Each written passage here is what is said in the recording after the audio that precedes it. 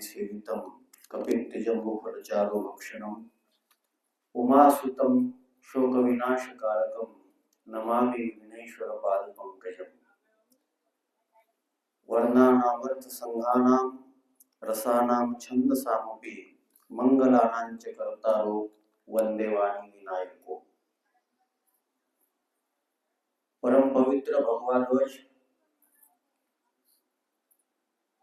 भारत माता या दोघांच्या चरणी नमन करतो, वंदन करतो आणि त्याचबरोबर ज्यांच्या समोर बसून आपण या हिंदू संमेलनाकरता जमलेलो आहोत ती आद्य देवता असणारी भगवान गणपतीच्या चरणी सुद्धा वंदन करतो।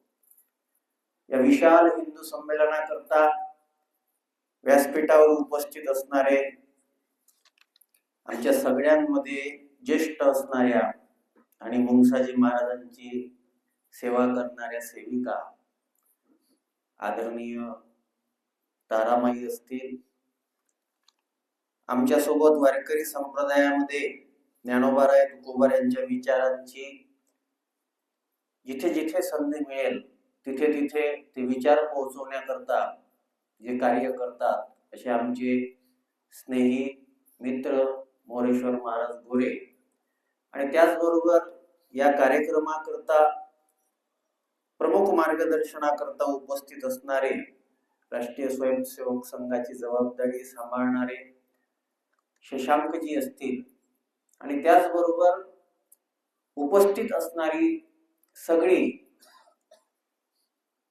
हिंदू धर्मावर एकनिष्ठतेनं प्रेम करणारी सगळी भाविक बंधू भगिनी, सगळ्यांना माहित आहे काय कोणत्या कारणासाठी आपण जमलेलो आहोत। एक संघटना, ज्या संघटनेनं राष्ट्रप्रथम ज्या देशामध्ये आम्ही राहतो त्या देशासाठी आपण काहीतरी केलं पाहिजे, या समाजासाठी काहीतरी केलं पाहिजे, अशी एक संघटना जी 1925 मध्ये स्थापन झाली ती 100 वर्ष पूर्ण करत आहे आणि 100 वर्ष पूर्ण करत असताना ती शताब्दी वर्ष साजरं करत असताना सगळीकडे भारतामध्ये त्या भारत मातेच्या सेवेसाठी त्या हिंदू समाजाकरता आपणही काहीतरी समर्पण केलं पाहिजे, याच्यासाठी जो यज्ञ 100 वर्षापासून सुरू आहे त्याच्यातली आहुती थांबता कामा नये आणि यज्ञामध्ये स्वाहा असते, यज्ञामध्ये स्वाहा असते, वाहवान असते। म्हणून या संघटनेनं 100 वर्षापासून कोणी आमची स्तुती करावी याच्याकरता प्रयत्न केला नाही। समर्पण, स्वाहा स्वाहा स्वाहा, कित्येक लोकांनी याच्यामध्ये आपली आहुती टाकलेली आहे। संमेलन नाव आपण ठेवलंय विशाल हिंदू संमेलन। संमेलन विशाल आहे की नाही माहित नाही, पण संमेलनामध्ये विशाल आहे आणि संख्येवरून विशालता ठरत नसते, तुमची निष्ठा किती मजबूत आहे याच्यावरून विशालता ठरत असते।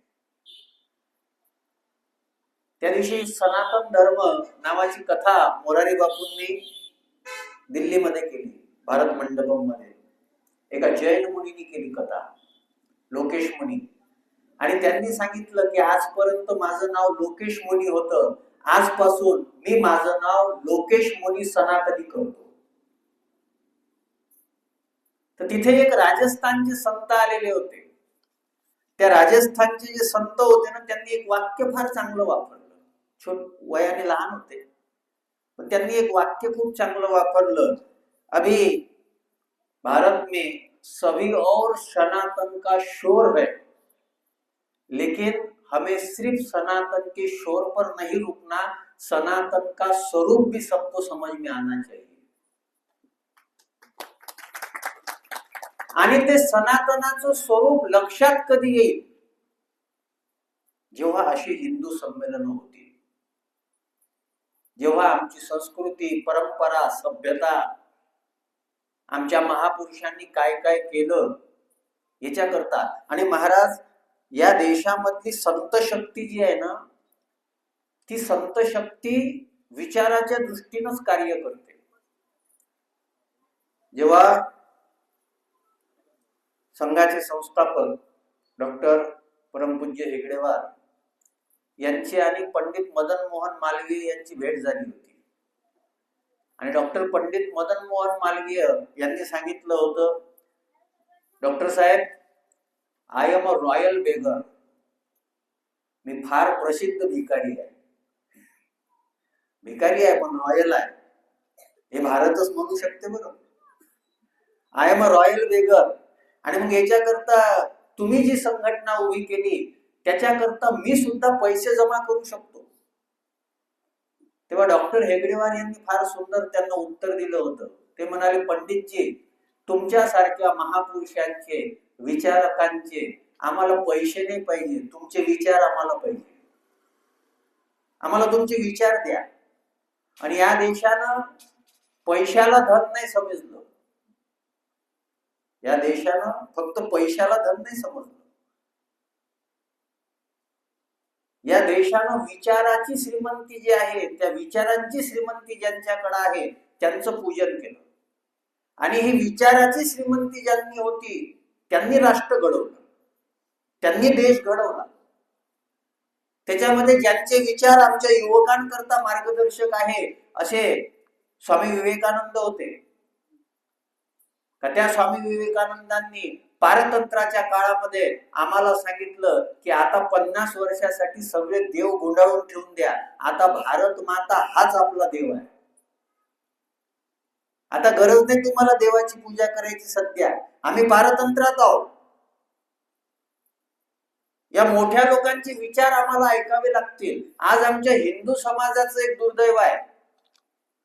मी बरेच वेळा या संबंधामध्ये बोलतो, बऱ्याच लोकांना वाईटही वाटते याच, पण मी तुम्हाला बरं वाटेल ते बोलण्याकरता आलो नाही. मी काय भाटतोडी आहे, मी खरं सांगण्याकरता आलोय. आणि मी काही कोणाचं बांधील नाही आहे, मी काही कोणाची स्तुती करायला आलो नाही, मी कोणाचा बांधील नाही आहे. जे आयुष्य आम्ही, माझ्या दृष्टीने जर विचार सांगायचा झाला तर मी जी जीवन पद्धती निवडली त्याच्यामध्ये ब्रह्मचर्य स्वीकारलं. आणि आमच्या तुकाराम महाराजांनी सांगितलं, ब्रह्मचर्म धर्म धोकावी अक्षरे. आम्ही अक्षराचंच सेवा केली पाहिजे. मग आम्ही अक्षरांची सेवा करत असताना आम्ही त्याच्यापासून शिकलं पाहिजे. सध्या हिंदू धर्माचा कल जो आहे ना, तो कल मनोरंजनाकडे जास्त वळलेला आहे, मनोरंजनाकडे. आणि या दृष्टीनं विशेष करून पालकांनी सावध होण्याची गरज आहे. तुम्ही इथं आले ना, हे फार चांगलं आहे, पण फक्त तुम्ही येऊन चालणार नाही, तुमचे पोरही आले पाहिजे. ते कुठे आहेत, किती आहेत तरुण इथे, किती आहेत? आणि जेव्हा एखादी शोभायात्रा निघते त्याच्यामध्ये चित्रविचित्र गाणे वाजवले जातात, तेव्हा तिथं होणारी गर्दी ही कोणाची आहे? आणि जिथं क्वांटिटी खूप आहे तिथं क्वालिटी असते असं नाही. म्हणून मी मगा म्हटलं की तुम्ही गर्दीनं जरी कमी असले तरी निष्ठावान आहात. आणि भारताला गरज निष्ठावानाची आहे, भारताला गरज निष्ठावानाची आहे. जे निष्ठावान होते त्यांनी धर्म जपला. धर्मवीर छत्रपती शिवाजी संभाजी महाराज निष्ठावान होते म्हणून 40 दिवसापर्यंत त्या वेदना सहन केल्या, परंतु धर्म परिवर्तन करण्याकरता तयार झाले नाही. अशा निष्ठावानाची गरज या देशाला आहे. तेव्हा मिळालेलं स्वातंत्र्य टिकणार आहे. तेव्हा मिळालेलं जे आमचं या मोठ्या लोकांनी, आज आपण देशाचा 77वा प्रजासत्ताक दिवस सुद्धा साजरा करतोय. डॉक्टर APJ अब्दुल कलाम हे बोलले होते की तुमची समोरची पिढी हीच पाहिल की तुम्ही आमच्या करता समृद्ध काय करून ठेवलेला आहे. आज तुम्ही पैसे किती कमावले, तुम्ही घर किती मोठं बांधलं, केवळ याच्यावरच अवलंबून चालणार नाही. आज आम्हाला हिंदू संघटना करता प्रयत्न करावा लागतो. स्वामी विवेकानंद यांनी सांगितलं होतं.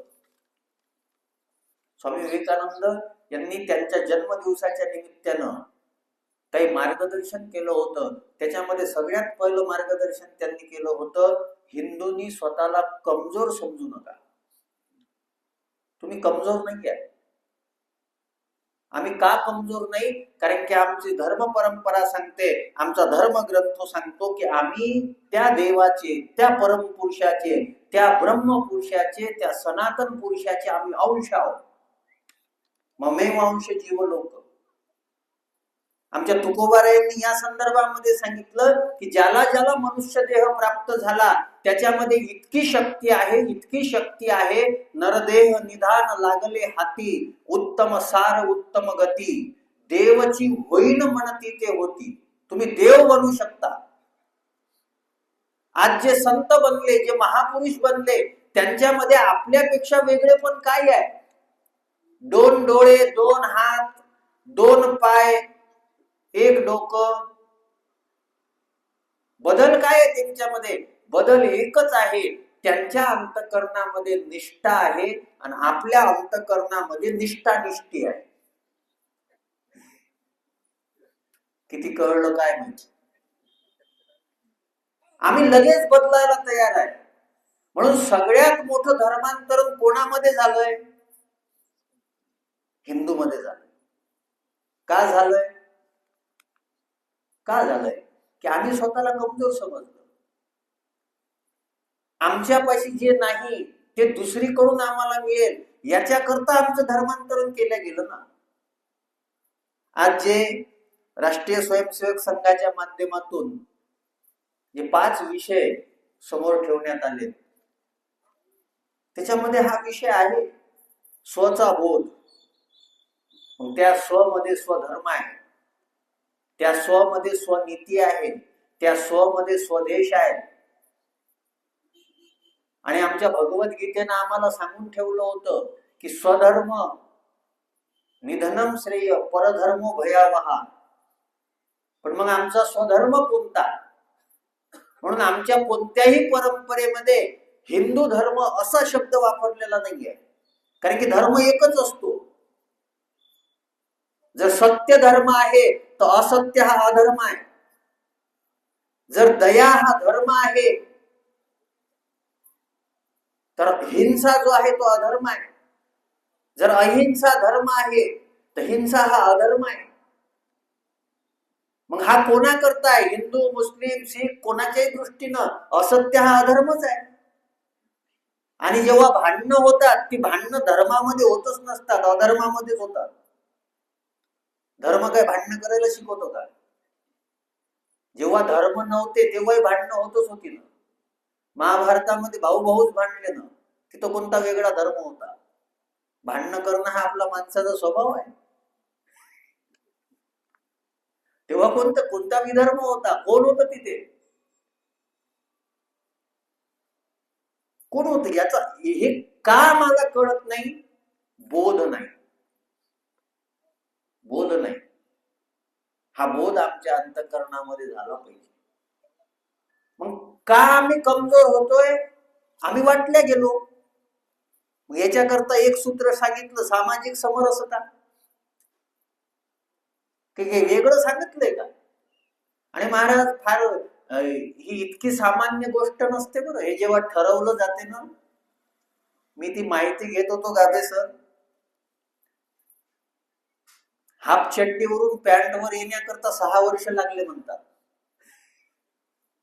जे हाफ चड्डी बदलायची, पॅन्ट घालायचा, हा सगळा विचार करण्याकरता 6 वर्षाचं चिंतन झालं आणि त्याच्यानंतर ठरवल्या गेलं. आणि हे त्यांनी पाळलेलं आहे. मी काही कोणाचा प्रचारक नाही, मी बंधनात राहत नाही. याच्याकरताही आमच्यामध्ये फार लोक टीका करतात माझ्यावर. करू द्या, केली पाहिजे. आपला प्रचार करायला कोणतरी पाहिजे ना. मी बंधनात राहत नाही, पण मला काही गोष्टी बोलायच्या आहेत. शिक्षण क्षेत्रामध्ये राष्ट्रीय स्वयंसेवक संघाच्या माध्यमातून जे कार्य केलं जाते, जे राष्ट्रीय स्वयंसेवक संघाच्या संदर्भामध्ये काही आमच्या गैरसमज निर्माण झालेले आहेत की हे फक्त हिंदू करता कार्य करते, नाही, राष्ट्रीय स्वयंसेवक संघ भारताकरता कार्य करते. तिथे ते भेद करत नाही. ज्या विद्याभारतीच्या माध्यमातून शिक्षणाचं कार्य होते त्याच्यामध्ये 57,000 कितीतरी मुस्लिम विद्यार्थी सुद्धा शिक्षण घेतात. 9,900 कितीतरी ख्रिश्चन विद्यार्थी सुद्धा त्या राष्ट्रीय स्वयंसेवक संघाच्या माध्यमातून ज्या शाळा चालवल्या जातात त्या शाळेमध्ये शिक्षण घेतात. त्यांना कोणी बाहेर काढलं? कोणी बाहेर काढलं? या देशामध्ये जेव्हा राम मंदिराकरता आम्ही निधी संकलन करत होतो, मी स्वतः त्याच्यामध्ये फिरलेलो आहे, मी पाहिलेलं आहे. एका मुस्लिम व्यक्तीनं मला सांगितलं, महाराज जी मेरे पास भी आना, सिर्फ फोटो मत खिंचाना, आना हमारे पास भी. हमको भी लगता है कि हम जिस भारत में रहते हैं उस भारत का मर्यादा पुरुषोत्तम जो है उसके लिए हमने भी कुछ करना चाहिए. आणि महाराज का त्याचं मंदिर बनवू नये? का त्याचं पूजन होऊ नये? का होऊ नये? या देशामध्ये विरोध कोणाला आहे? विरोध त्यांनाच आहे का जे भारतात राहतात पण भारताचा अभिमान ठेवत नाही, भारताचा स्वाभिमान जोपासत नाही. आम्ही महाराष्ट्रामध्ये राहतो आणि त्या महाराष्ट्रामध्ये दोनही छत्रपतींना त्रास देणारा जो औरंगजेब आहे, त्या औरंगजेबाचं नाव घेण्यामध्ये जर आम्हाला अभिमान वाटत असेल तर असे लोक निवडून नाही आले पाहिजे असं आम्ही का नाही म्हणावं? का नाही म्हणावं आम्ही? काय केलं त्या औरंगजेबानं? कोणतं चांगलं काम केलं? दुसऱ्यासाठी जाऊ द्या, स्वतःचे 4 भाऊ सुद्धा मारले त्यानं, स्वतःचा बाप सुद्धा आतमध्ये कोंडला. स्वतःचा बाप ज्यांनी मारला, स्वतःचे भाऊ ज्यानं सत्तेसाठी मारले, आम्ही त्याचं उदात्तीकरण का सहन करायचं? आम्ही त्याचं मोठेपण याच्यासाठी मान्य करतो की स्वतःच्या भावाच्या सुखासाठी 14 वर्षापर्यंत आमचा राम वनवासामध्ये गेला. आज आम्ही रामराज्याची व्याख्या का करतो? रामराज्य म्हणजे सबनर करही परस्पर प्रीती, सगळे एकमेकावर प्रेम करतील, ते रामराज्य आहे. आम्हाला ते पाहिजे. सामाजिक समरसता तीच आहे, दुसरी कोणती सामाजिक समरसता आहे? आमची अपेक्षा तीच आहे की आज आम्ही सगळ्यांनी एकमेकावर प्रेम करावं. आज आम्ही आमची अस्मिता जपावी, आज आम्ही आमची भाषा जपावी. जो महाराष्ट्रामध्ये राहतो त्यानं मराठीचा स्वाभिमान बाळगावा, जो हिंदी प्रांतामध्ये राहतो त्यानं हिंदी भाषेचा अभिमान धरावा, जो तामिळमध्ये राहतो त्यानं तामिळ बोलावी, जो कर्नाटकात राहतो त्यानं कन्नड बोलावी, निश्चित बोलावी, जो तेलंगणामध्ये राहतो त्यानं तेलुगूचा आग्रह करावा. हे ठीक आहे, पण हे सगळं करत असताना आपण ज्या देशामध्ये राहतो तो भारत हे सगळ्यात मुख्य आहे, लक्षात ठेवा. आज आम्ही वाटल्या गेलो. आज याच्यामध्ये भांडणं लावली जाते, भाषेमध्ये भांडणे लावली जातात, प्रांतामध्ये भांडणं लावली जाते. ज्या भाषेला आम्ही राष्ट्रभाषा म्हणून गौरव करतो तीच भाषा बोलण्याकरता आम्ही तयार नाही, असं तामिळनाडूचा मुख्यमंत्री ऑन रेकॉर्ड बोलतो. यांना खरंच भारताबद्दल प्रेम आहे? खरंच भारताबद्दल प्रेम आहे? तुम्ही तुमच्या देवाचं नाव घ्याव, याच्यामध्ये तुम्ही ज्याची बंदगी करता, तुम्ही ज्याचं पूजन करता, तुम्ही ज्याची उपासना करता त्याचं तुम्ही नाव घ्याव, याच्यामध्ये कोणाचीही अडचण नाही. पण ते घेत असताना भारत माता की जय म्हणण्याकरता सुद्धा तुम्हाला लाज वाटली नाही पाहिजे, ही आमची इच्छा आहे. जर ती तुम्हाला लाज वाटत असेल तर आम्ही कसं स्वीकार करावं की तुमचं भारतावर प्रेम आहे? ते सकाळी एक वाचत होतो मी, फार छान वाटलं. ये हमारी भूमि तो इतनी अच्छी है, ये हमारी भूमि तो इतनी अच्छी है, जो नफरत करते हैं उनसे भी हम प्यार करते हैं. महाराज, आम्ही तर जे विषारी आहे त्यांना सुद्धा देव बनवलो. साप विषारी नाही का? आम्ही तरी नागपंचमीला ते बिचारा वावराच्या कामी येते तर आम्ही त्याची पूजा करतो ना. आमची वृत्ती किती व्यापक आहे, किती व्यापक आहे. आम्ही कर्मठ नाहीत, आम्ही कट्टर नाहीत, आम्ही निष्ठावान आहे. आणि माझी हिंदूंना एक विनंती आहे, जे कर्मठ असतात ना किंवा कट्टर असतात ते धर्मवेडे असतात. आमची परंपरा धर्म वेडे करण्याची नाही, धर्माच्या बाबतीत शहाणा करण्याची आहे. धर्म वेडेपणा डोक्यात घुसला की मग ते चांगलं वाईट काही पाहत नसतात. आमची ही परंपराच नाही. आमच्या तुकाराम महाराजांनी सांगितलं, मी सांगतो म्हणून ऐकू नका, सारासार विचार करा उठाउठी, नंतर ऐका.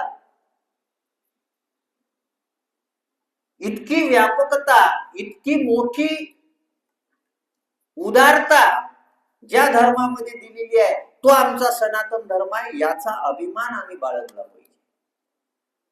त्या दिवशी रशियाचा नागरिक, रशियाचा राजदूत दिल्लीच्या कथेत आला होता. त्यानं वाक्य फार सुंदर वापरले, वै लर्न वसुधैव कुटुंबकम फ्रॉम इंडिया. आम्ही भारतापासून शिकलो वसुधैव कुटुंबकम. आमची सामाजिक समरसता, स्वचा बोध होत नाही, याच्यामधली अडचण काय आहे माहित आहे का? काय अडचण आहे? पर्यावरणाचं संरक्षण झालं पाहिजे आणि प्रकृतीसारखा मित्र नाही. साधू संत प्रकृतीच्या सोबत गेले. तुकाराम महाराज देहूत जास्त राहत नव्हते, भंडारा डोंगरावर जात होते. त्यांना माहित होतं देहूतले लोक त्रास देतील, भंडारा डोंगरावरचा निसर्ग त्रास देणार नाही. म्हणून त्यांनी सांगितलं, वृक्षवल्ली आम्हा सोयरे वनचरे. आमची पूर्ण परंपरा बघा. माणसं त्रास देऊ शकतात, निसर्ग त्रास देत नाही. म्हणून एक वाक्य बोलतो, प्रकृती सारखा आपला कोणताच मित्र नाही. आणि ती प्रकृती सुद्धा आम्ही सांभाळू तेव्हा ठीक आहे ना. आज कर्तव्यबोध आम्हाला, आमची देशाचा नागरिक म्हणून जीवन जगत असताना काही कर्तव्य आहेत, त्याचं सुद्धा आम्ही पालन केलं पाहिजे. तुम्ही कोणत्या अँगलनं विचार करता मला माहित नाही महाराज. या देशामध्ये तर ही परिस्थिती आहे की या देशामध्ये ज्या दवायांना दुसऱ्या देशामध्ये परवानगी नाही, ती दवाई या देशामध्ये सर्रास वापरली जाते. आपल्याला काही घेणं नाही. परवा एका ठिकाणी मी कीर्तनाला गेलो होतो. तुमचं गणेश मंदिरातलं कीर्तन झाल्यानंतर दुसऱ्याच दिवशी कीर्तनाला गेलो होतो. त्याने हिरव्या पत्रवळीवर जेवण वाढलं. मी म्हटलं मी जेवत नाही, माझ्यासाठी ताट आण. त्याला वाटलं असेल त्यावेळेस की काय महाराजाचं थाट दिसते, काय होते जेवलं तर हिरव्या पत्रवळीवर. अरे त्या प्लास्टिकच्या पत्रवळीवर जीव जीव आम्ही कॅन्सर होऊन राहिला तरी आम्ही सुधरत नाही. आम्हाला मारायचं आहे का? आणि एवढं मोठं संस्थान आहे, तुझ्यापाशी 2 ताट नाही, ताट नाहीत तुझ्याकडे. आम्ही आमच्या सोयीसाठी आम्ही काय करतोय? आम्ही या भारत मातेची सेवा तर करू शकत नाही, पण हानी किती करतोय याचाही विचार आम्हाला करावा लागेल. तेव्हा भारत मजबूत होईल, तेव्हाही मजबूत होईल. या देशाला आम्ही आई म्हटलं, एकमेव देश आहे. आमचे एक मित्र आहेत जगन्नाथ महाराज पाटील, त्यांचा व्हिडिओ फार सुंदर आला. अमेरिका देशाची, जगाची तिजोरी आहे. अमेरिका जगाची तिजोरी आहे. ब्रिटन जगाचं सिंहासन आहे. ब्रिटन जगाचं सिंहासन आहे. जपान जे आहे ना, जपान हे जगाचं सौंदर्य आहे. स्वित्झर्लंड जगाचं सौंदर्य आहे. पण का हो, भारत कोण आहे? भारत जगाचं देवघर आहे. देवघर आहे आणि ते आपल्याला जपता आलं पाहिजे. हे देवघर, आपण ज्या देशात राहतो त्या देशातली संस्कृती, परंपरा याच्याविषयी आम्हाला स्वाभिमान वाटला पाहिजे. आमच्या संतांविषयी आम्हाला स्वाभिमान वाटला पाहिजे. आपले लोक, आमच्याच संप्रदायातला एक व्यक्ती आहे, मग त्याची ती एक पोस्ट पाहिली, मला रात्री स्वप्न पडलं की सगळे मुस्लिम जे आहे या देशातून निघून गेले आणि आता सगळं चांगलं झालं. तर मी त्याला कमेंटही लिहिली, म्हटलं तुला असं स्वप्न पडलं, असंही स्वप्न पडू दे की जेव्हा कोणीतरी म्हणते का आम्ही सगळं हिरवं करून टाकू, तर याच्या संबंधातली स्वप्न का नाही पडत तुला? का नाही पडत? आपल्यातच असे जयचंद नसल्यावर काय काय करायचं आपण? कोणाला सांभाळायचं? जी आमच्या महाराष्ट्राची कुलस्वामिनी आहे, ती कुलस्वामिनी असणारी तुळजाभवानी माता, त्या तुळजाभवानी मातेची मूर्ती फोडत जेव्हा अफजल खान होता, तेव्हा त्या अफजल खानच्या माग उभे असणारे 6 सरदार जे होते ते मराठी होते, हिंदू होते. आमची देवतेची मूर्ती फोडल्या चालली, जिला आम्ही कुलस्वामिनी म्हणतो, तेव्हा आमचं रक्त सळसळत नाही. कारण काय झालं, आमच्यामध्ये एक 3 गोष्टी मी त्या दिवशी कीर्तनात बोलून गेलो. सत्ता, संपत्ती आणि सन्मान या नादामध्ये आम्ही काहीही करायला तयार आहे. काहीही करायला तयार. काही शब्द व्यासपीठावर बोलता येत नाहीत, मर्यादा असतात. नाही तर आम्ही व्यवहारात ते बोलतो की आमचा फायदा जर होत असेल तर आम्ही कोणाची चाटायला तयार आहे. आणि याच्यावर विशेष करून राजकीय मंडळींनी याच्यावर लक्ष दिलं पाहिजे की तुम्ही देशाची हानी होईल इतका पराकोटीचा स्वार्थ तुम्ही जीवनामध्ये जोपासू नये. आज प्रत्येक गावागावामध्ये अतिक्रमण झालेली ज्या जागा आहेत, त्या जागा यांच्या राजकीय स्वार्थासाठी ते 8 करून द्यायला तयार झाले.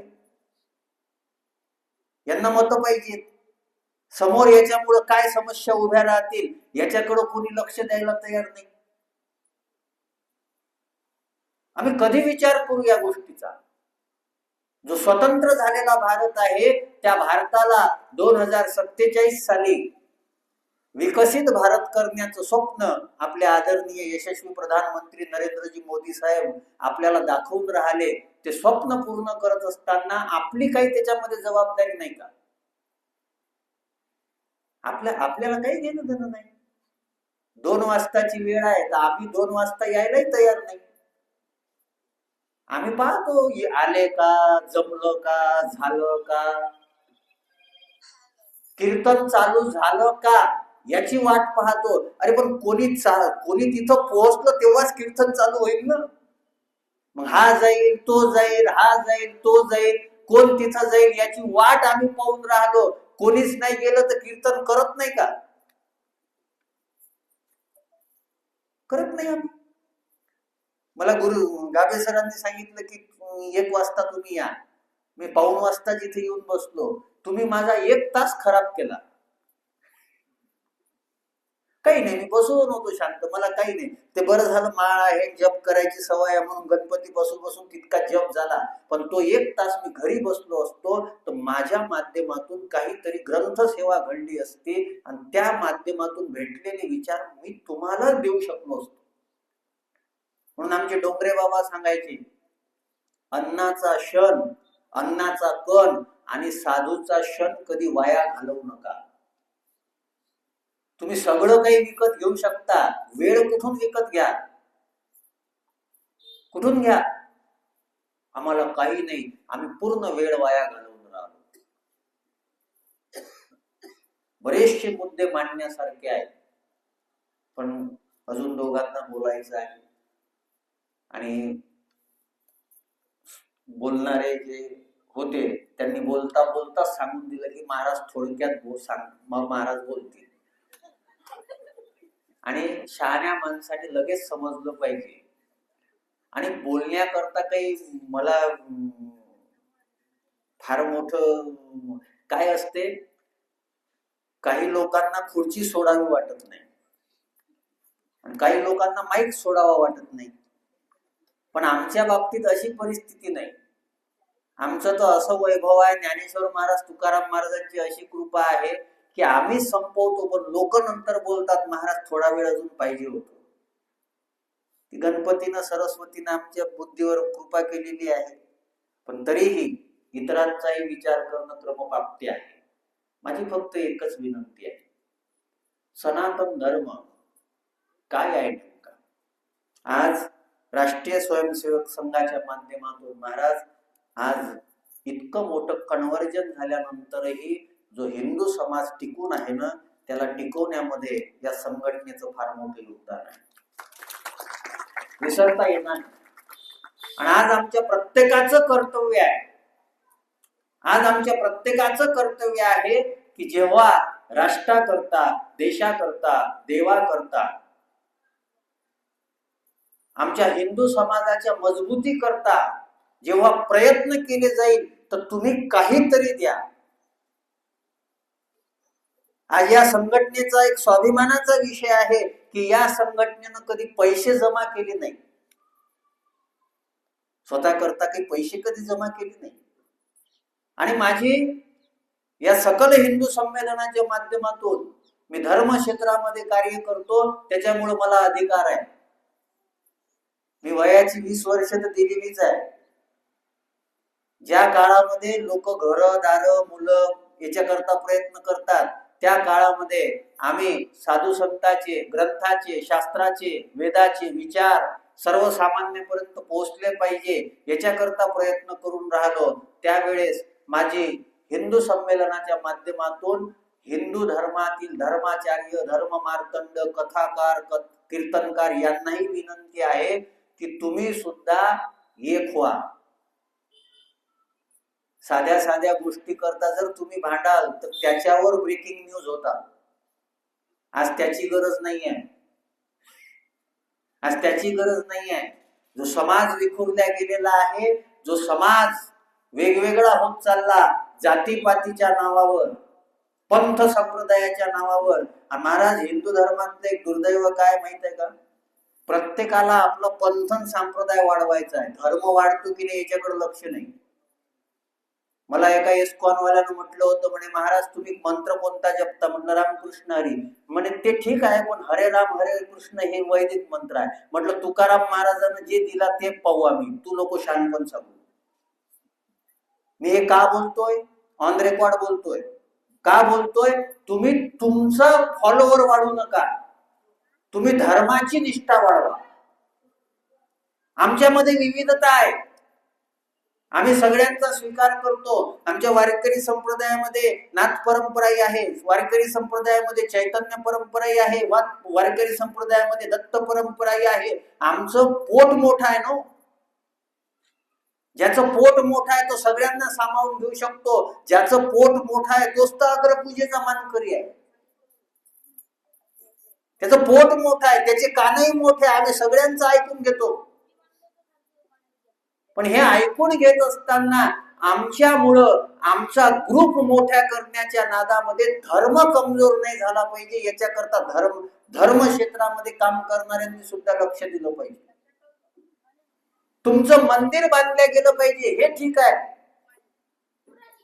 आज मंदिराच्या माध्यमातून, धर्मशाळेच्या माध्यमातून याही संदर्भामध्ये एक विनंती आहे की धर्म कार्य घडलं पाहिजे. आज बरेच मंदिर फक्त लग्न लावाय पुरतेच मर्यादित आहे. मंदिर त्याच्यासाठी नाही, धर्मशाळा त्याच्यासाठी नाही. आज आमच्या वारकरी शिक्षण संस्था ज्या ठिकाणी आहे, सद्गुरू जोग महाराजांनी स्थापन केली, त्या आळंदीमध्ये ज्या धर्मशाळा आहेत ना, त्याच्यामध्ये मुलं कमी शिकतात, लग्न जास्त लागतं. आणि ती लग्न लावल्या जात असताना पळून गेलेली सगळ्यात जास्त लग्न आळंदीमध्ये होऊन राहिली. याच्यावर कोण विचार करेल? आमची मुलं धर्माच्या प्रचाराकरता आम्ही तिथं नेऊन ठेवून राहिलो, पण दर 2 महिन्याला एखादी चुकीची बातमी होती अत्याचाराची. याच्यावर कोण आळा घालेल? कोण आपली संतती, कोण आपली मुलं? भारतातला साधू तुमची संपत्ती मागत नाही, भारतातला साधू तुमची संतती मागतो देश कार्यासाठी, धर्म कार्यासाठी. ज्या पद्धतीनं रामायणामध्ये विश्वामित्रानं दशरथ महाराजांकडे सांगितलं होतं, मला तुमचे पैसे नाही पाहिजे, तुझा मुलगा मला दे, आम्हाला धर्म निर्भग्न करायचा आहे, आमचा यज्ञ व्यवस्थित होत नाही. आज राष्ट्रसेवेचा यज्ञ जो चालून राहिला, त्या यज्ञामध्ये आहुती टाकण्याकरता,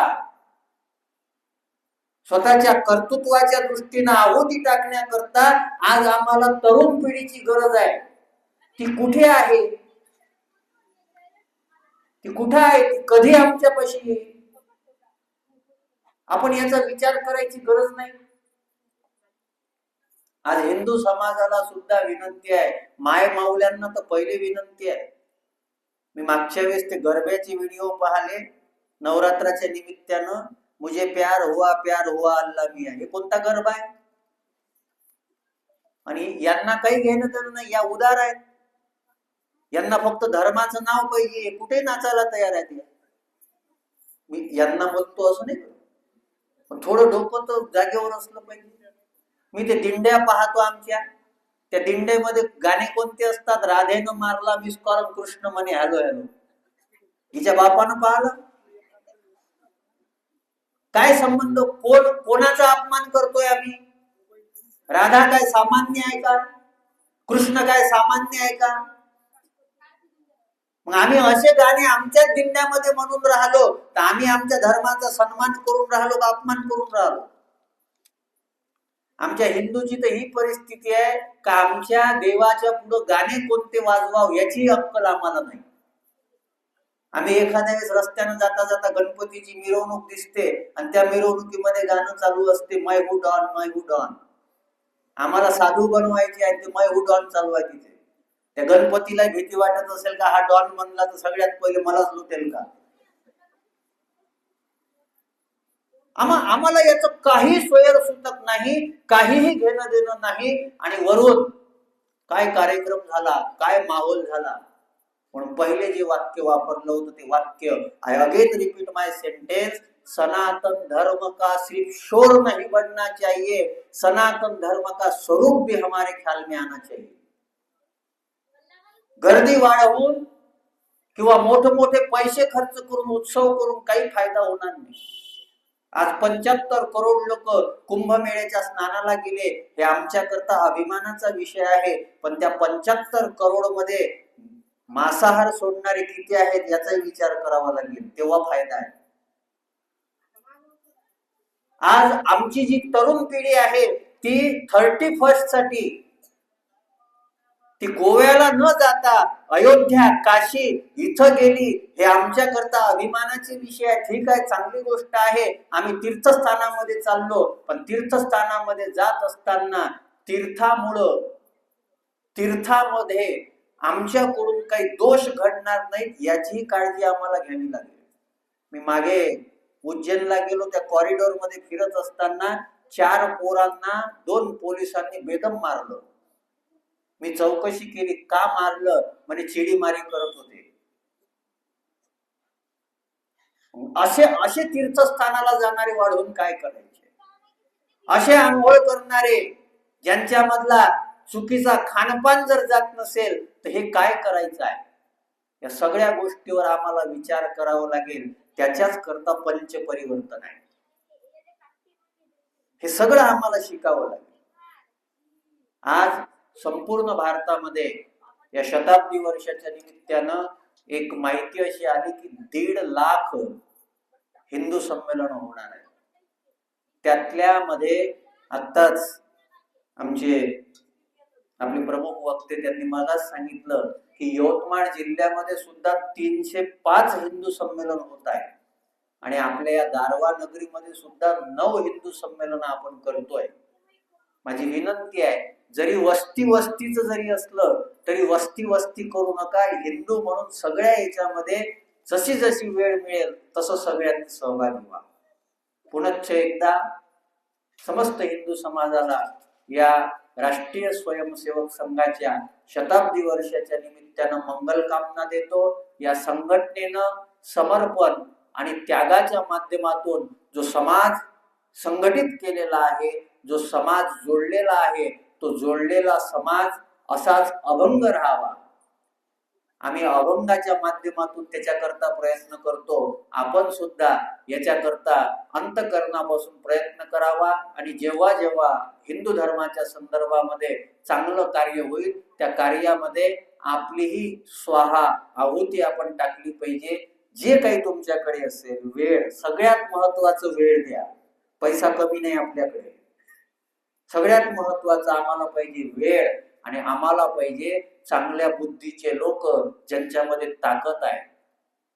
माझी तुमच्या सगळ्यांना विनंती आहे, आपल्या मुलांना तुम्ही ठीक आहे त्यांच्याकरता चांगलं पैसे उभे करा, त्यांच्याकरता चांगलं घर बांधा, पण हे सगळं करत असताना अजून एक महत्वाची गोष्ट एक करा, अशा कार्यक्रमामध्ये ते आले पाहिजे याच्याकरताही सगळ्यांनी प्रयत्न करा.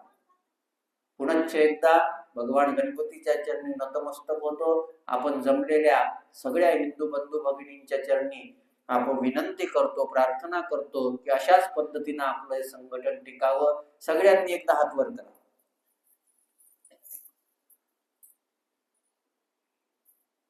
प्रभु रामचंद्र भगवान की, प्रभु रामचंद्र भगवान की, प्रभु रामचंद्र भगवान की, भारत माता की, भारत माता की, भारत माता की, वंदे वंदे वंदे. माझ्या शब्दांना इथेच विराम देतो आणि इथेच थांबतो. जय हिंद, जय महाराष्ट्र, जय भारत, भारत माता की जय.